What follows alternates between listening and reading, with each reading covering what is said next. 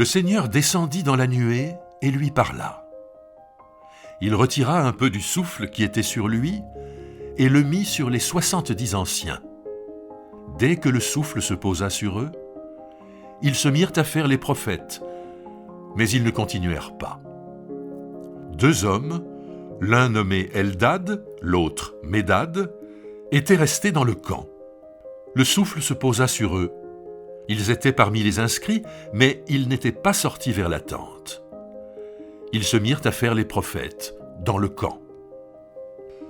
Un jeune homme courut dire à Moïse, « Eldad et Médad font les prophètes dans le camp. » Josué, fils de Noun, qui était auxiliaire de Moïse depuis sa jeunesse, s'écria, « Moïse, mon Seigneur, empêche-les. » Moïse lui répondit, « Tu es jaloux pour moi ?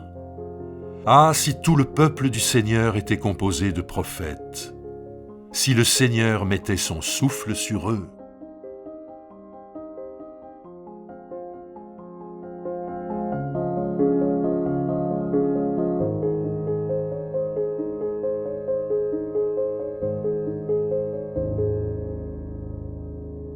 Le livre des Nombres évoque la période du désert et rapporte quelques épisodes qui ne se trouvent ni dans le livre de l'Exode, ni dans celui du Deutéronome.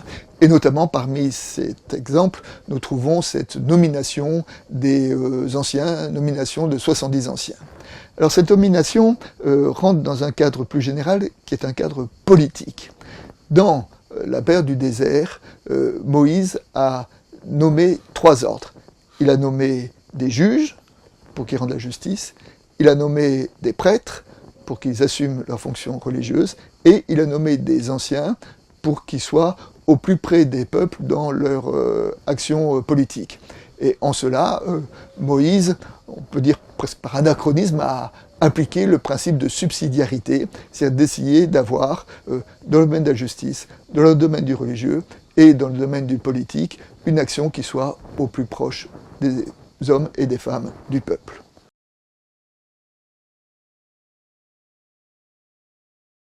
Sur les ordres de Dieu, Moïse convoque les 70 anciens qu'il a nommés dans la tente de la rencontre. Et là, le texte nous dit que l'esprit qui était sur Moïse, Allah soit répandu sur les 70 anciens.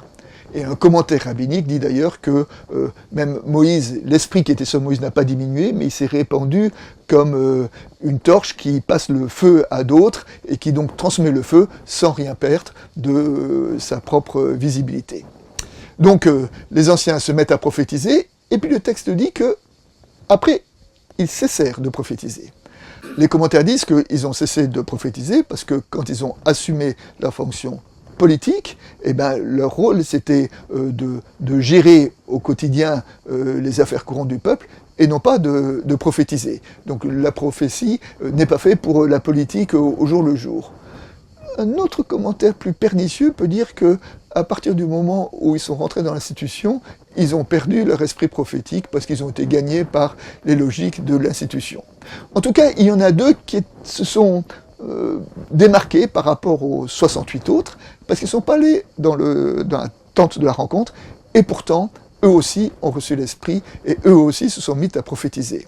Alors aussitôt, Josué, qui était l'auxiliaire de Moïse, lui dit « mais il faut les arrêter, il ne faut pas que quelqu'un commence à prophétiser en dehors des institutions qui sont prévues pour cela ». Et Moïse refuse en disant « mais je voudrais que tout le monde prophétise ». Et en cela, Moïse est un chef qui cherche quoi? Qui cherche que tous les membres du peuple trouvent leur épanouissement, trouvent leur vocation singulière, et non pas, même si cette vocation singulière est un peu en décalage par rapport à l'institution qui a été prévue pour eux.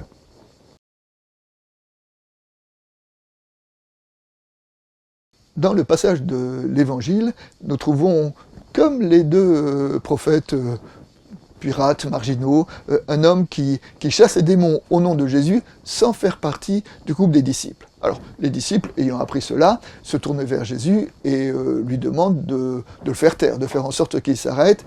Et Jésus prononce cette phrase, qui est une phrase que nous pouvons actualiser, une phrase clé de son évangile, en disant « Qui n'est pas contre nous et pour nous ». C'est-à-dire que sa parole doit se développer, même quand c'est en dehors des cadres qui ont été initialement prévus pour cela. Et cette parole-là peut s'adresser à nos propres institutions aujourd'hui, où bien sûr nous avons besoin d'institutions, parce que nous avons besoin d'organisation, mais les institutions doivent entendre cette parole qui n'est pas contre nous et pour nous, et doivent laisser des ouvertures pour pouvoir permettre à d'autres paroles, à d'autres charismes, à d'autres intuitions de pouvoir se développer. Et même dans l'Évangile, Jésus termine par une phrase redoutable en disant « Si ta main est pour toi une cause de chute, coupe-la. Si ton œil est pour toi une cause de chute, arrache-le. » C'est-à-dire que nous devons être intransigeants dans la façon dont nous devons conserver nos institutions ouvertes pour permettre l'expression de tous.